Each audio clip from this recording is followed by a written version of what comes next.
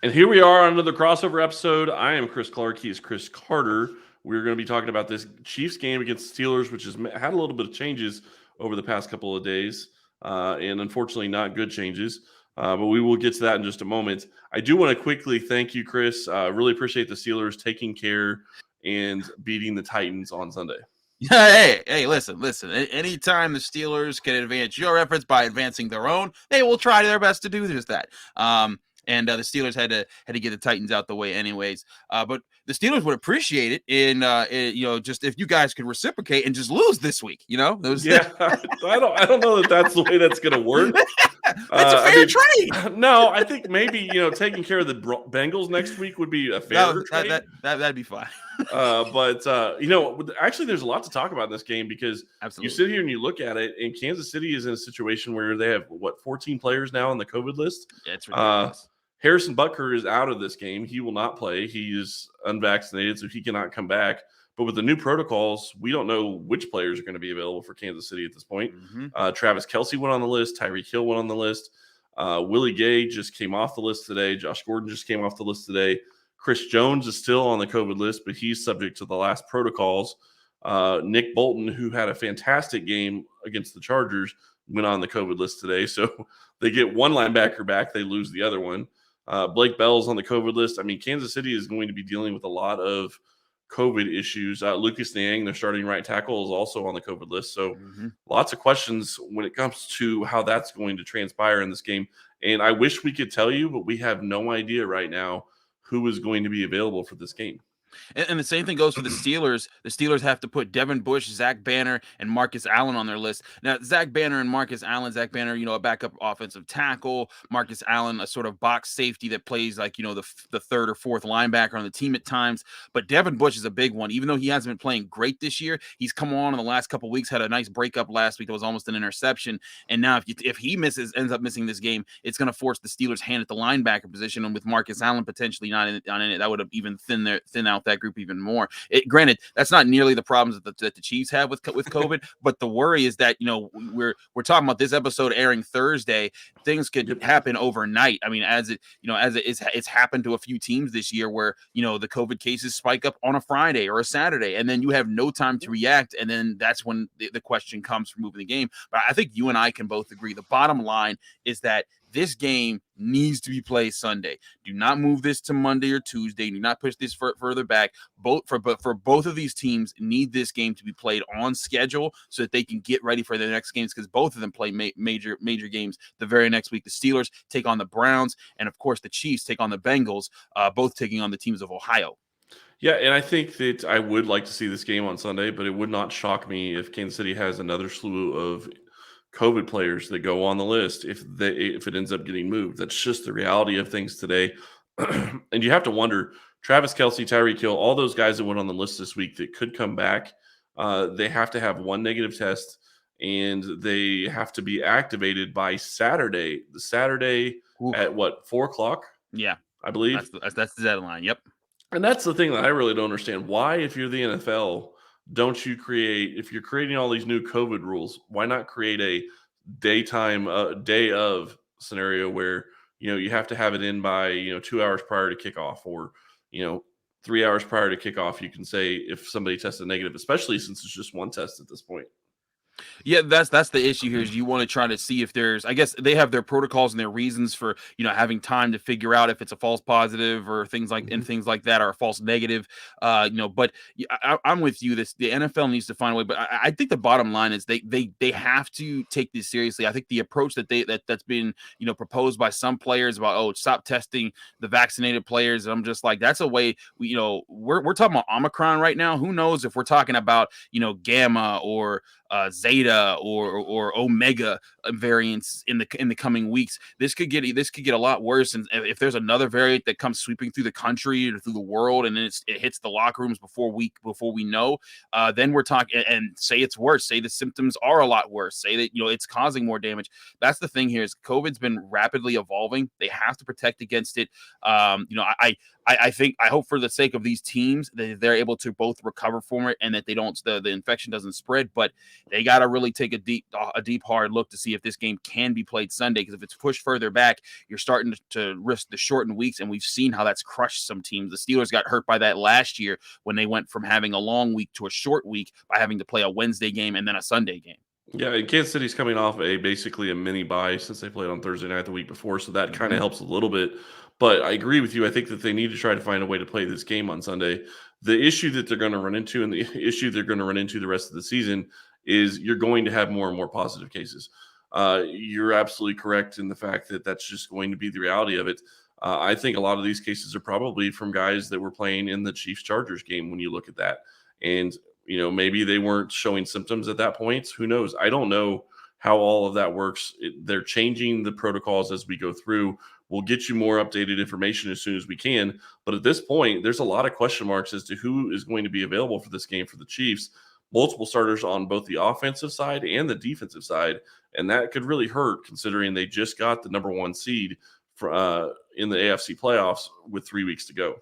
It certainly could hurt. It could also hurt your chances if you're playing fantasy football. But the best place to play fantasy football is Stat Hero, where no one plays daily fantasy sports to lose because winning feels so much better. But traditional fantasy sports are a long-term losing proposition because you never know who or what you're up against. Stat Hero is the first of its kind in daily fantasy sports platform where it's you versus the house in head-to-head fantasy matchups, winner take all. And here's the crazy part: Stat Hero shows you their lineups before you play, and you handpick your team to see who you want to face one-on-one. This is a never-before-seen innovation of a fantasy sports and betting hybrid, as Stat Hero plays clocking odds that are over 4 times better than other daily fantasy sports. Why? Because you don't have to compete against thousands of other experts or unknowns. Stat Hero puts you in control of your fate. With Stat Hero, you're in control of the stakes. You decide how much you're going to play for, and Stat Hero has no choice to take it because they're daring you to beat them. Stat Hero head-to-head is what daily fantasy sports should be, one-on-one. Sign up for free right now at stathero.com/lockedon.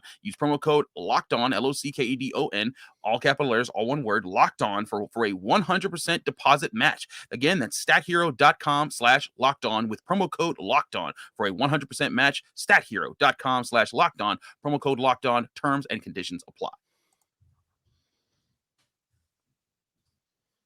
Now, keeping it rolling here on Crossover Thursday, it's Chris Carter from Locked On Steelers with Chris Clark of Locked On Chiefs. We're breaking things down. We're going through things step by step. So I got some questions for you, my man, Chris. I just realized also, being guys who are we have C's for both of our names. I'm always called CC or C squared, so I guess we're C quad. I don't know. I know, right? It's different, isn't it? I was just getting done talking to a coach here in Pittsburgh who calls me CC all the time, and I was just like, actually, I don't know. That's always caught me off guard when people keep going to that, and I see like, man, 4 C's in this conversation. That's wild. But I wanted to ask about the run game for the Chiefs because they drafted Clyde Edwards-Helaire in the first round. He was going to be the guy to turn things around. He hasn't really clicked yet, but the Steelers have one of the worst run defenses in the league right now. They're getting gashed left and right. They gave up over 200 yards on the ground last week, even though they were able to beat the Titans and hold them to a touchdown. This is a week where the Steelers, they know what Patrick Mahomes brings, even if Tyreek Hill and Travis Kelce are out of the game, and those guys are big factors. But Patrick Mahomes is still a dangerous dude who can make anyone a considerable threat. But when you look at how this team operates, is the running game something that could break out for the Chiefs, or has that been something that's been tough to get situated for Kansas City? I think that's kind of one of those things where it's a given week-to-week type thing. And I think going into this week, I think Kansas City could look at the way that they're going to have to play offense, and they could really want to try to run the ball against the Steelers.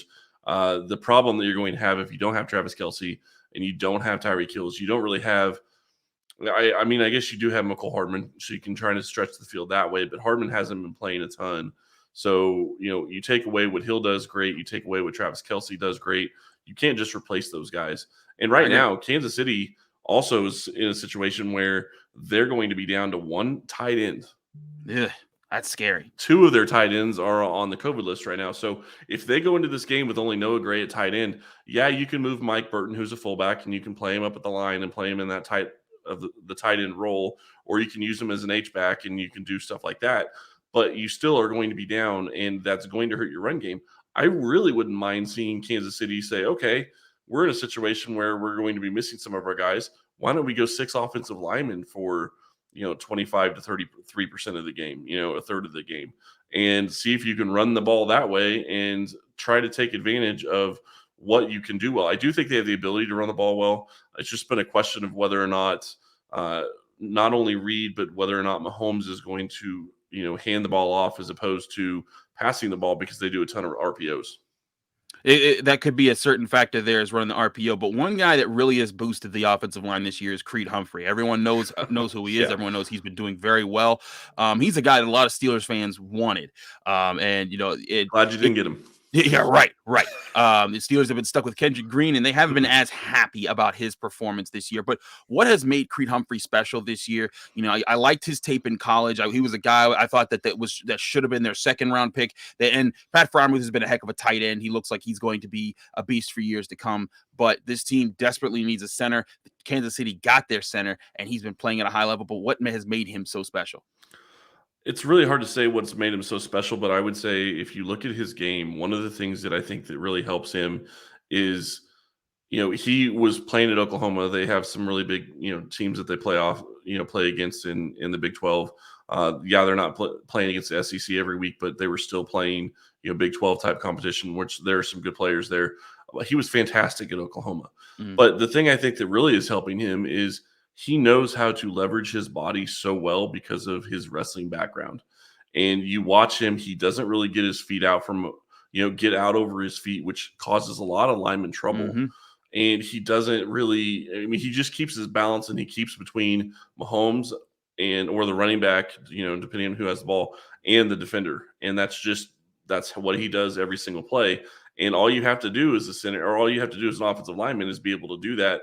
And if you keep your center of gravity 9 times out of 10, you're probably going to be doing pretty well, because you're going to have a defensive lineman that's lunging at you that more than likely is going to lose their center of gravity at some point, depending on hand fighting. So I think that's really helped him. I think his strength has helped him. I think there are some things he needs to work on going forward. But to be where he is right now, and I will say this, I think he deserves to be a Pro Bowl player. We'll find out because we're recording this on Wednesday night. I think they're announcing the Pro Bowl sometime today, actually. I think he deserves to be a Pro Bowl player already. I think he's played that well, and it would not shock me if he ends up becoming an All-Pro at his position at some point. He certainly had a phenomenal year. When you watch him on tape, he handles people so well, and he's able to leverage the middle of the line. But I want to flip the defense to ask you a couple defensive questions before we go to our next break. One thing that, of course, Steelers fans have all kept an eye on is Melvin Ingram going to the Chiefs. He doesn't have high stat box numbers, but anyone who watches tape sees what he does for this team. He allows Chris Jones to be inside, and it's kind of helped the Chiefs be like, hey, let's get one of our best players back in his natural spot so that he can play there and wreck things. And you've seen the drastic change in the Chiefs defense in the last few weeks because of it. Yeah. And I want to point out, a lot of people shy away from the fact that it means that Chris Jones went back inside almost full time. And to me, I think that they're missing the point of how big of a thing that really is. Chris Jones can be, I don't know, I would say he has a chance to probably be maybe a top 30, maybe even closer to a top 20 defensive end if he had time to play at it and get, the craft. But there is difference between defensive end and defensive tackle. But he is easily a top 3 defensive tackle. And I would even say he is just underneath Aaron Donald. So I think that him playing back inside is huge. Him getting healthy is also huge because he was hurt early in the year. So a combination of that, and then you get into a situation where Chris Jones has never been a great run defender. And I think what you saw early in the season was he got abused, and I really do want to use that word because there were times where he was just so out of position because he was used to rushing as a defensive tackle and used to using his leverage and being in that certain space where you're more like in a phone booth as opposed to being an edge player where you have to worry about holding your edge and not crashing down inside. And I think that that's a huge thing as well. You have a guy in Melvin Ingram who's been very good at setting the edge. He's been very good at getting after running backs and helping the Chiefs rush defense get better. And I think that's a huge help as well. And you're right. I mean, as you're looking at it, Frank Clark is playing better. Melvin Ingram is playing. He may not be getting sacks, but it doesn't have to be sacks. It's pressures. It's holding if he can hold his edge, that's a huge boost for the run defense.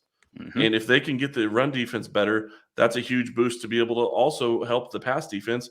Because if you have a defensive end that's taking up one or two guys on the defensive, on that side of the offensive line, maybe you're, blitzing somebody else from another position. And Kansas City's been doing that a lot. So I think it's a combination of a lot of things. And I'm very thankful that the Steelers also made that trade. So thank you. Yeah, that was a bizarre situation. Mike Tomlin has always believed in the whole, we want volunteers, not hostages thing. Mm-hmm. And Melvin Ingram made it clear, I don't want to be here, when he saw that he wasn't just getting automatic snaps over Alex Highsmith. And they're like, dude, he's getting pressure on the quarterback.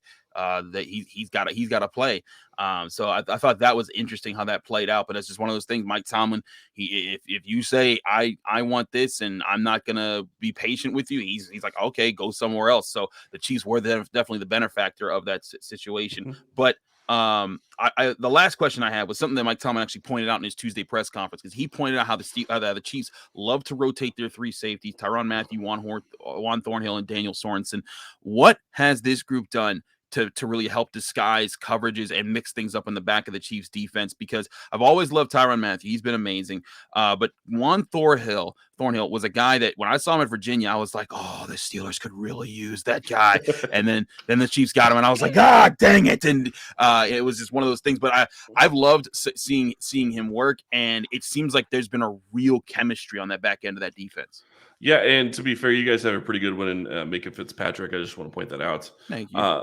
But what I will say is, when you start looking at the way this defense plays and you look at how it played early in the season, I think it was them getting into form, them figuring out, what they had players to be able to do.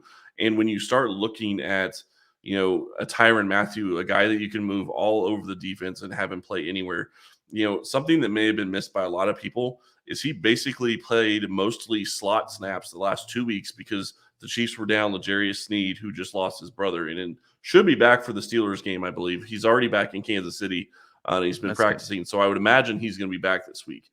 But he was more their slot corner, and he's a very good corner. But Tyrann Mathieu stepped into that spot and basically took over the corner duties at the slot position. So then you have a situation where Tyrann Mathieu is playing slot, so you have Juan Thornhill in the back, and you have Daniel Sorensen in the back.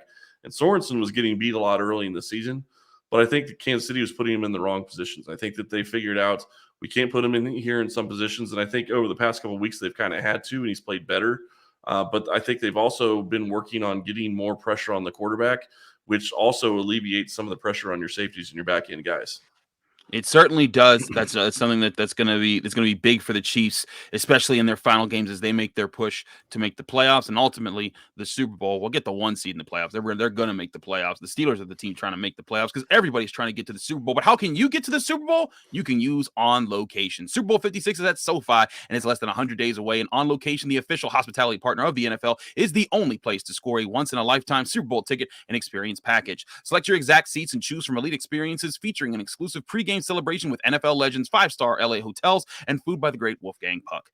Visit onlocationexp.com/SB56 for more information or search Super Bowl On Location. Again, that's onlocationexp.com/SB56 or search Super Bowl On Location. We're also brought to you by BetOnline AG. BetOnline has has you covered all season long with more props, odds, and lines than ever before as football season continues the march to the playoffs. BetOnline remains your number one spot for all the sports action this season. Head to the new updated desktop or mobile website to sign up today and receive a 50% welcome bonus on your first deposit. Just use the promo code LOCKEDON to receive your bonus. Again, that's LOCKEDON, locked on, all capital letters, all one word.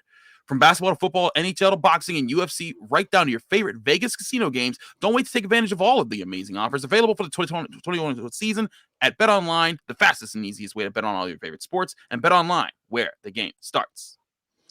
All right, Mr. Carter, we got to get into it. This Chiefs game and the Steelers going up against the Steelers team. I want to start on offense. Sure. What we've seen from Najee Harris has been very impressive at times, but there's also games where he's kind of disappeared. But the thing that's really stood out to me with the Steelers offense is, Chase Claypool doesn't seem to be like the guy he was last year. And your wide receivers just don't seem to be near as effective as they are. Do you think that's part of Big Ben and the way he's been playing, or do you think it's more of the offensive scheme and the wide receiver group?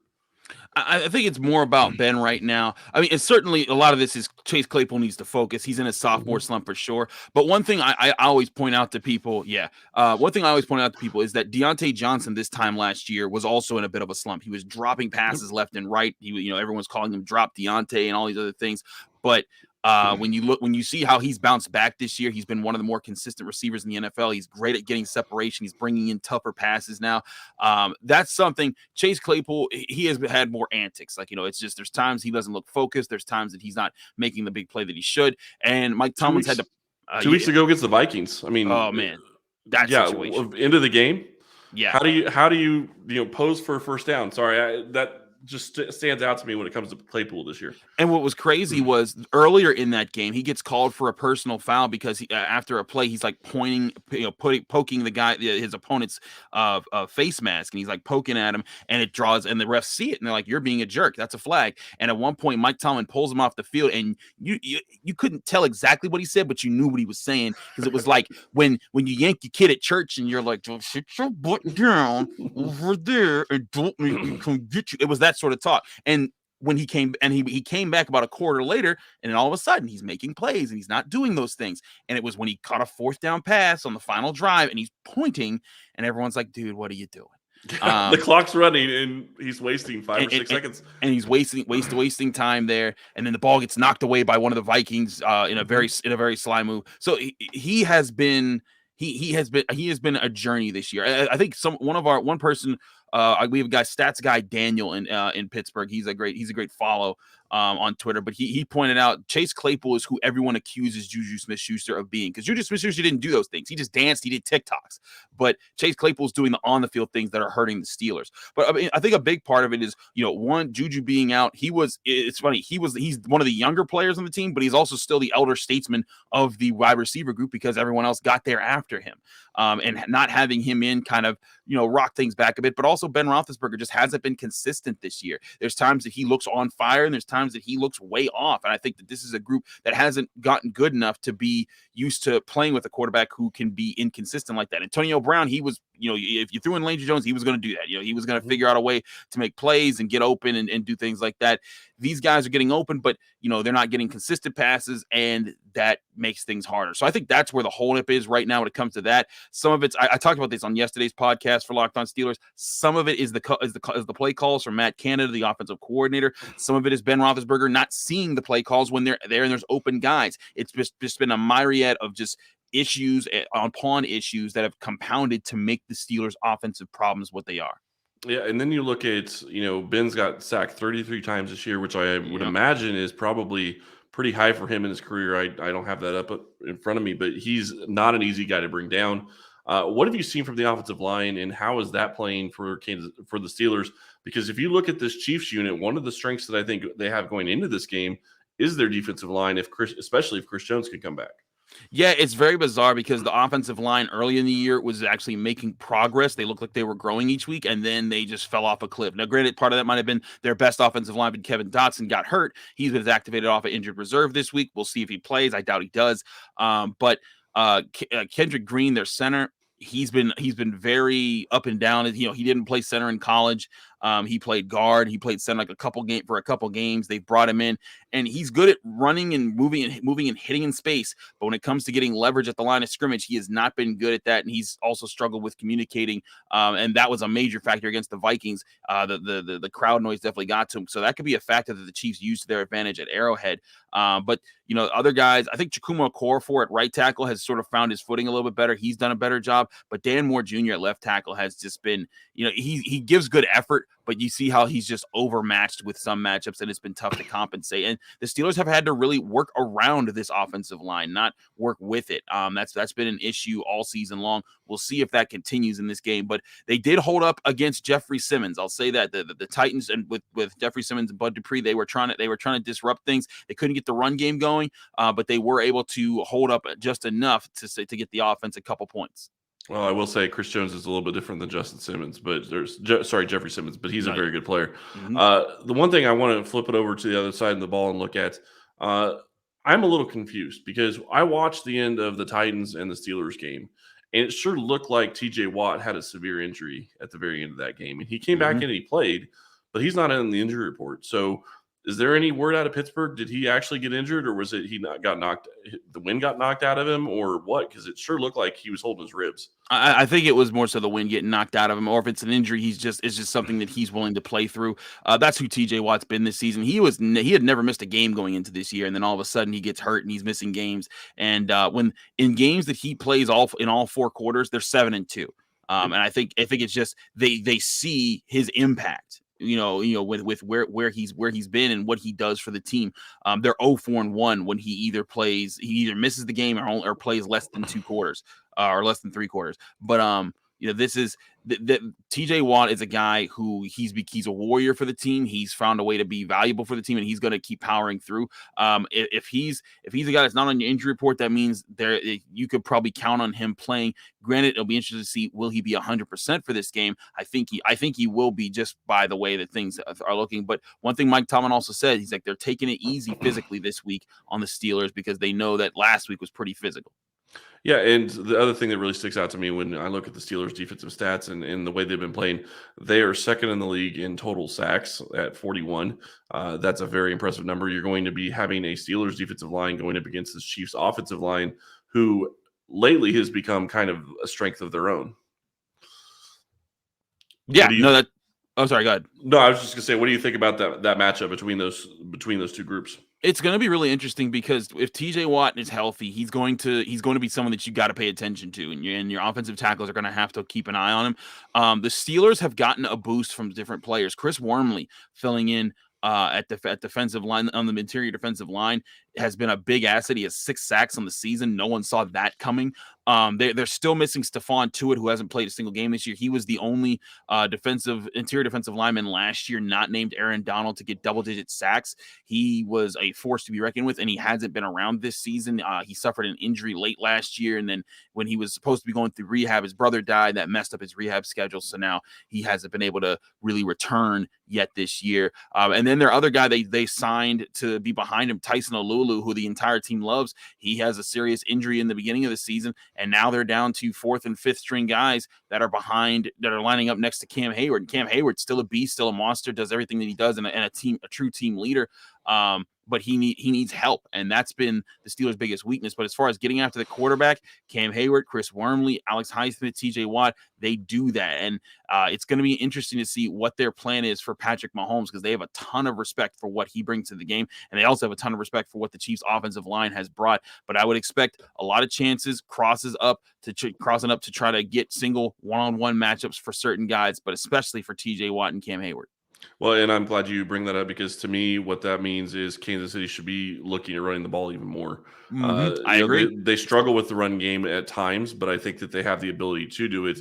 And I think it could be really good for them if they can get the run game going in this game, because you don't want to go up against that pass rush, especially considering you're going to be using basically your maybe 2nd or 3rd right tackle, because Lucas Dieng just went on the COVID list.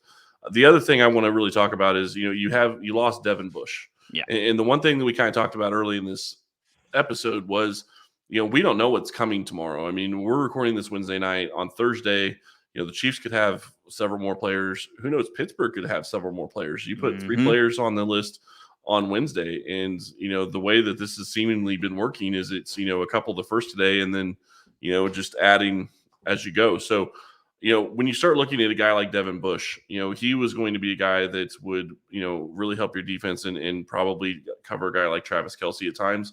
But you're not going to be probably with him this week. How do you feel about matching up against the Chiefs receivers when the Chiefs do have to pass the ball? Well, I think that's actually the part of the Steelers game that they'll feel the most confident about. Terrell Edmunds has really been an asset to what the Steelers want to do this season. He helps neutralize, opposing players, whether they're tight ends, receivers, or running backs. He flies all over the field. He's not the strong hitter that some safeties in the Steelers have been in the past, but he's a guy that he has the height, the length, the speed, the quickness to match up with several different body types, and that's why they love using him. Minkah Fitzpatrick has been a guy that's been able to really seal things things back. And having Joe Hayden back has been a big boost to the team. They communicate better when he's on the field. They talk better. It allows Cameron Sutton to play more natural, just be outside, and then they can throw in different guys in the slot. Arthur Mollett has been the guy there lately, but they've also liked to use young guys. Trey Norwood, a 7th-round rookie safety out of Oklahoma, he's found ways to be useful this year. But now the thing is this has been probably the healthiest the secondary has been. They count on that to be part of their plan. Now, as far as Devin Bush, it's going to be interesting. He's had a very rocky year. He's had some really good games. He's had a lot more really bad games, but he's also coming off an ACL tear, and he's also been dealing with a defensive line that can't take on double teams, and has been allowing centers and guards to just leak to the second level a lot. If the same thing goes for Joe Schobert, who they signed in the offseason. I'm right with you. If I'm the Chiefs, I'm running the ball a lot. I know I got Patrick Mahomes back there, but that is the Steelers' weakness right now. If you start throwing the ball, it's Patrick Mahomes. He can catch fire. But the Steelers pass defense is the best part of its defense. So it might be a situation where it's like, hey, maybe we forego using this to go after their weakness instead of using our strength to go after their strength. And who knows, that might work out for the Chiefs. But they have major concerns in stopping the run because of defensive line, or the lack of depth on the defensive line. And Devin Bush not being there certainly doesn't help.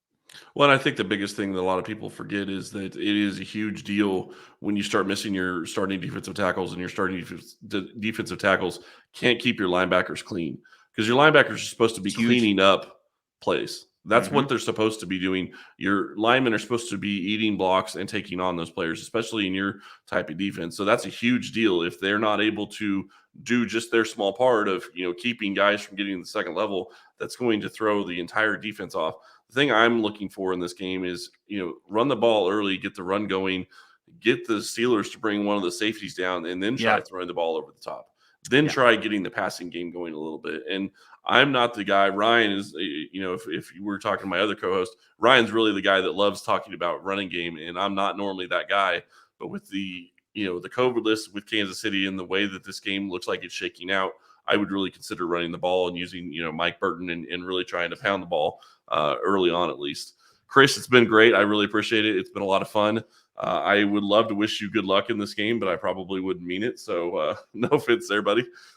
Hey, no, that's fine. It's all well and dandy. And hey, man, it's just remember, we're not out there. The teams we cover are out there. Yep. So it's just either way, we gonna be making money because we doing Locked On about it. But I do appreciate the sentiment. I do think that these are two organizations I have a lot of respect for. When you look at what they've been able to put together, and I think that these are two that the Chiefs are playing at a level right now that have them earning the 1 seed. I just think right now, whatever it is about the 1 seed, it's been a cursed position in the AFC this year. Yeah, it has. So I'm not wishing anything ill upon the Chiefs. I'm just saying, man, I would not be surprised if this is just like that Bills game at the start of the season where everyone looks around like, wait a minute, what is this? Why are this? What do you mean block punts? Like I wouldn't be surprised if goofy, stupid things like that happen. And then we're looking in the fourth quarter and we're thinking, wow, this is really happening. The 1 seed Chiefs are struggling with the Steelers, just like the Titans did last week, the Ravens and the Bills have. Yeah, and don't forget, I mean, if you have all these guys on COVID, you're bringing people up from the practice squad. You may be signing people off the street, depending on what position groups you have